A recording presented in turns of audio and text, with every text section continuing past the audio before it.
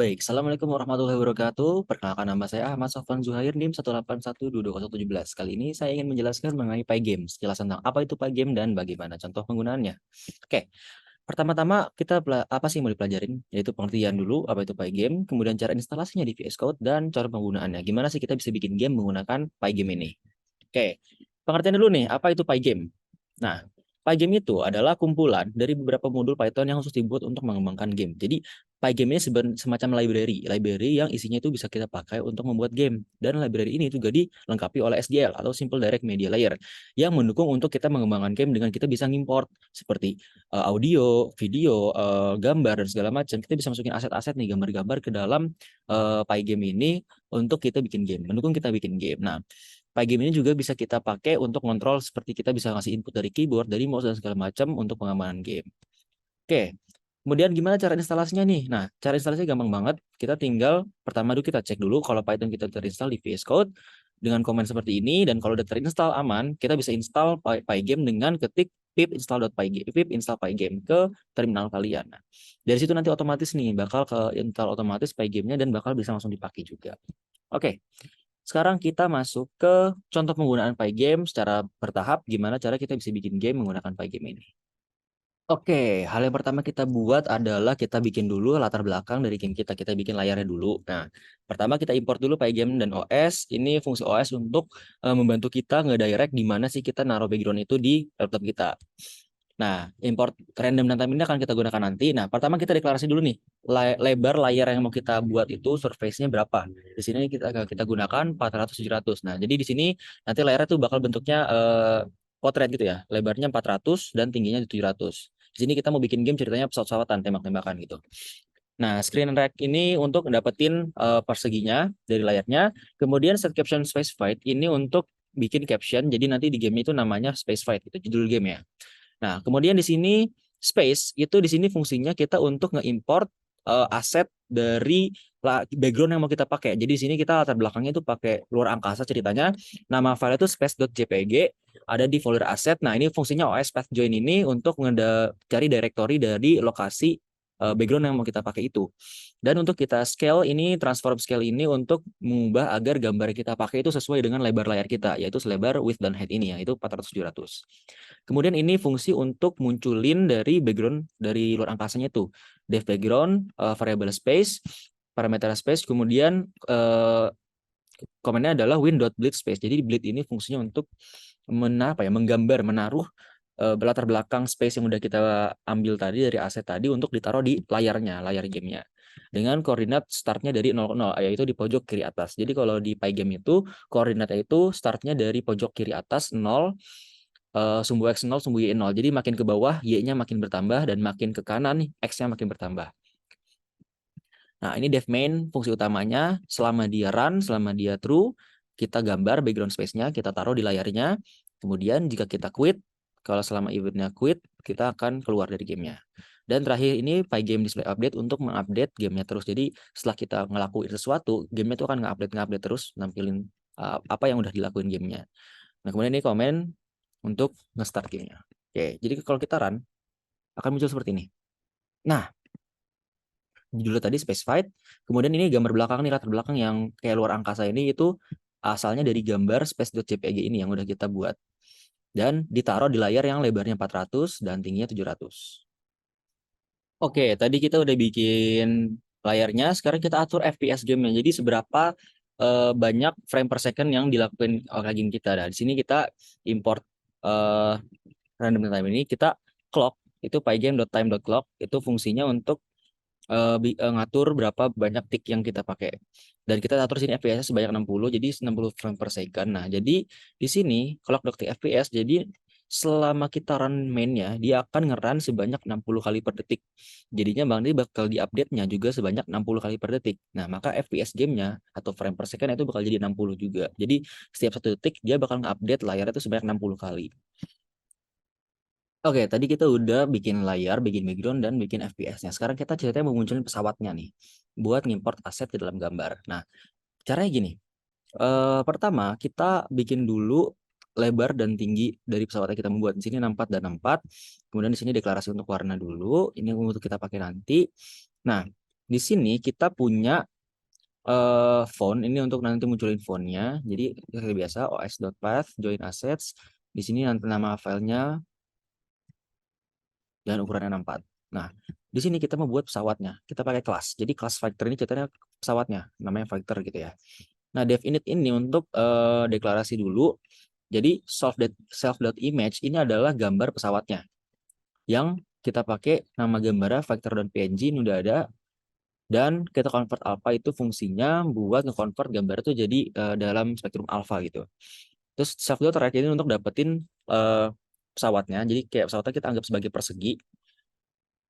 Komennya self.image get track. Jadi dari gambar pesawat tadi kita ambil gambar pesawatnya, kita bikin kotak di sekelilingnya gitu. Itu untuk mendeklarasi lebar dan tinggi pesawatnya, itu 64 dan 64. Kemudian ada self.x ini posisi x-nya, ini posisi y-nya, self.y ini lebar pesawat, self.h ini tinggi pesawat, dan self.s ini speed. Jadi kecepatan pesawatnya nanti bakal gerak. Kita atur itu, ini variabel-variabel ya.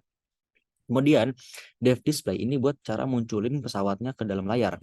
Nah, komennya win.grid juga sama kayak background tadi, dengan yang mau kita munculin adalah self.image, image pesawatnya, dan besarnya self.track.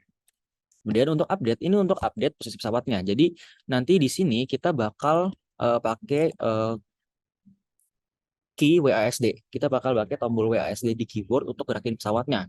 Nah, jadi buat gerakin pesawatnya, ini selama belum kalah. Jadi kita deklarasi dulu loss sama dengan false. Jadi gamenya belum kalah gitu ya. Selama dia nggak kalah, nanti setiap kita pencet key W, tombol W di keyboard, nanti pesawatnya tuh bakal gerak ke atas. Jadi makanya posisi Y-nya itu bakal dikurangin sama speed. Jadi dia bakal gerak ke atas secepat speednya.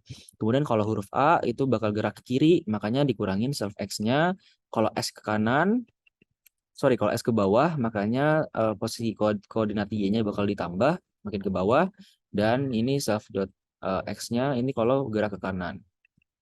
Nah, ini fungsinya supaya pesawat kita tuh nggak keluar layar. Jadi kalau kita pencet W ke atas terus, itu nanti pesawatnya bisa keluar layar. Nah, di sini kita nggak mau. Cerita kita maunya itu pesawatnya cuma bisa bergerak sampai setengah layar. Cuma nyampe setengah-tengah layar, dia nggak bakal bisa nyampe ke atas. Itu makanya ketika dia posisi pesawatnya secara sumbunya itu masih lebih besar daripada width pesawat, width layar dibagi 2 ditambah 150, maka dia nggak bakal bisa ngelewatin batasnya. Misalkan contoh yang ini deh, yang A nih. Kalau kita pencet huruf A, dia pesawatnya bakal gerak ke kiri terus. Dan selama posisi X-nya itu masih lebih besar daripada posisi X di layar. Jadi kan layar ada sumbu X-nya 0 nih kan. Jadi kalau pesawatnya itu masih lebih besar daripada batas ujungnya, dia masih bisa gerak. Tapi ketika udah nyampe batas, dia bakal nggak bisa lagi. Jadi bakal mentok di situ. Fungsinya itu. Nah, di main eventnya itu kita deklarasi press itu ini caranya untuk ngedetek kalau kita mencet tombol di keyboard. pygame.key.getPress. Jadi kalau ada key yang dipencet itu bakal kedetek dimasukin ke variable press. Nah, nanti update-nya itu bakal pakai variable press tadi masukin ke sini, ke dev update ini. Jadi kalau kita pencet key yang sesuai dengan huruf ini tuh bakal nge-update sesuai dengan komennya. Kemudian terakhir kita bakal munculin pesawatnya pakai dev display. Nah, jadi ini kalau kita run, nah, dia akan muncul seperti ini pesawatnya. Kita pencet huruf P, dia akan naik. Pencet huruf D ke kanan, A ke kiri, dan S ke bawah. Dan dia akan nggak bisa keluar dari layarnya karena kita udah deklarasi di sini. Oke, tadi kita belajar cara bikin pesawat ke dalam gamenya, cara kita bisa gerakin pesawatnya juga. Nah, sekarang kita mau bikin game fullnya nih, udah fullnya. Jadi rencananya game itu akan pesawat yang tadi itu bisa nembak peluru dan bakal ada obstacle atau ya rintangan lah yang bakal muncul secara random. Itu bakal kita harus nembak rintangan itu. Jadi pesawatnya bisa nembak rintangan. Nanti kalau pelurunya kena, itu rintangannya bakal hilang, bakal meledak gitu. Dan kalau misalnya pesawatnya nabrak rintangan atau rintangannya itu nggak ketembak sampai bawah, nanti kita bakal kalah. Cerita gitu desain gamenya. Nah, ini game fullnya. Jadi di sini ada banyak kelas yang kita buat. Ini kelas yang pesawat tadi yang udah kita bahas. Kemudian kita bahas peluru dulu deh. Nah, ini sama init ini buat nentuin variabel-variabel yang ada di pelurunya. Di sini kita tambahin warnanya itu kita pakai red, image fill red. Jadi red itu udah kita deklarasi di sini, warna merah Itu kan tuple, jadi merahnya ini RGB-nya, kode RGB-nya itu ini. R 156, green-nya 170, dan blue-nya 99. Nah, ini untuk deklarasinya. Kemudian untuk display seperti biasa kita pakai bleed. Dan untuk update-nya, jadi pelurunya itu bakal ketembak dari pesawatnya. Nah, dia tuh bakal muncul dari pesawatnya dan bakal nembak peluru ke arah ke atas. Makanya di sini posisi koordinat Y-nya itu bakal dikurangin sama speed. Jadi Y-nya bakal ngurang, dia bakal nembak ke atas terus. Nah, terus ketika pelurunya ini udah keluar layar, ketika koordinat sumbunya udah kurang dari 0, berarti artinya udah keluar layar, nanti pelurunya itu bakal kita hilangin, kita destroy. Oke, terus ini obstacle-nya. Kelas obstacle ini buat rintangan-rintangan yang bakal muncul nanti. Ini udah ada gambar juga, udah dibikin. Kita makanya pakai OS Path lagi, kita masukin asetnya. Nah, kita seperti biasa ambil perseginya supaya rintangannya kita anggap sebagai persegi. Ini deklarasi-deklarasinya, seperti biasa. Ini speed-nya juga ada. Kemudian ini untuk munculinnya, kayak bleed. Dan ini untuk update-nya. Jadi nanti rintangannya itu bakal muncul secara random dan dia bakal turun ke bawah sampai mentok ke bawah. Nanti kita tugasnya adalah untuk nembak rintangan itu supaya hancur. Makanya di sini posisinya dia bakal ditambah terus, bakal ke bawah terus. Nah, kalau misalnya rintangannya itu lebih besar daripada tinggi layar. Jadi ketika rintangan udah nyampe bawah, udah nyentuh bawah layar, itu kita bakal kalah. Jadi tugas kita tuh untuk hancurin rintangannya, jangan sampai ada yang nyentuh ke bawah. Jadi rintangannya bakal muncul random, nanti mentok ke layar. Kalau sampai mentok, itu bakal game over. Nah, ini collision ini itu untuk ngecek apakah dia berbenturan sama siapapun itu.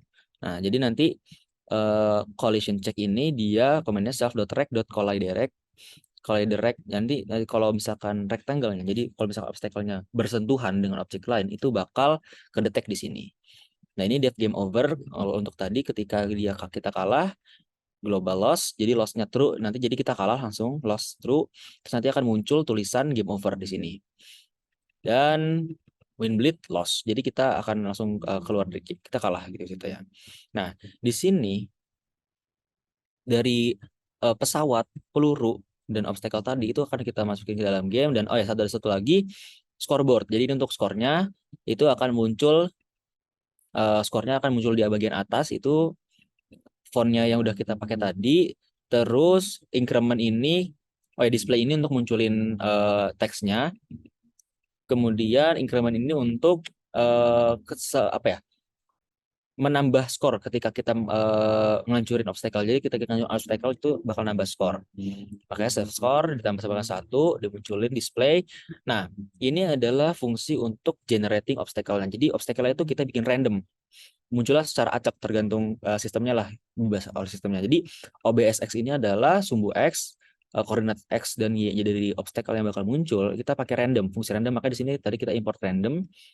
Ini untuk ngerandom integer dari 0 sampai 340. Jadi tadi kan layar kita dari 0 sampai 400 kan lebarnya. Nah, dia bakal milih antara angka 0 sampai 340 supaya nggak keluar layar dari dan Y-nya itu dari 0 sampai 100. Jadi obstacle itu bakal muncul dari kisaran 0 sampai 340 dan Y-nya dari 0 sampai 100. Ya, obstacle itu bakal tergenerate muncul secara acak di koordinat yang udah kita buat ini. Range-nya dari 0 sampai 340 untuk X dan 0 sampai 100 untuk sumbu Y. Nah, jadi new OBS ini untuk munculin obstacle baru dengan yang tadi di random dan besarnya itu 100. Oke, nah dari situ di dev main-nya kita buat, nah ini event type, ini untuk munculin peluru, untuk nembak peluru. Jadi eventnya itu namanya key down. Kalau kita pencet space itu spasi, nanti bakal muncul peluru dari pesawatnya. Nah, tapi di sini kita batasin. Peluru maksimal itu 3. Jadi kalau kita udah nembak 3 kali, kita nggak bisa nembak lagi. Tujuannya apa? Supaya ya kita nggak bisa nge-spam. Kita nggak bisa nge-spam banyak-banyak peluru, jadi maksimal 3. Nah, pelurunya itu bakal muncul di center dari pesawatnya. Hero.track center. Hero tadi kan pesawatnya. Jadi bakal muncul di tengah-tengah pesawat. Jadi nembak dari tengah-tengah pesawat dengan rectangle tingginya 20 dan lebarnya 5.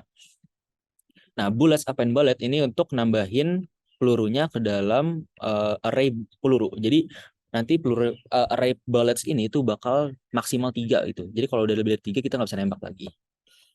Ini yang tadi untuk gerakin pesawatnya, ini scoreboard display untuk munculin scoreboardnya. Nah, ini yang paling penting dari gamenya, collision handling. Jadi, collision itu adalah ketika di mana sprite atau ya gambar kita lah, aset gambar kita, entah itu peluru, entah itu pesawat, atau entah itu obstacle yang kita buat, itu bersentuhan, bertabrakan.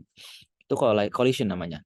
Jadi, ketika obstacle collision dengan pesawat nih, jadi obstacle itu bakal collision sama pesawat, itu bakal game over. Jadi ketika pesawat nabrak obstacle, itu bakal selesai game over.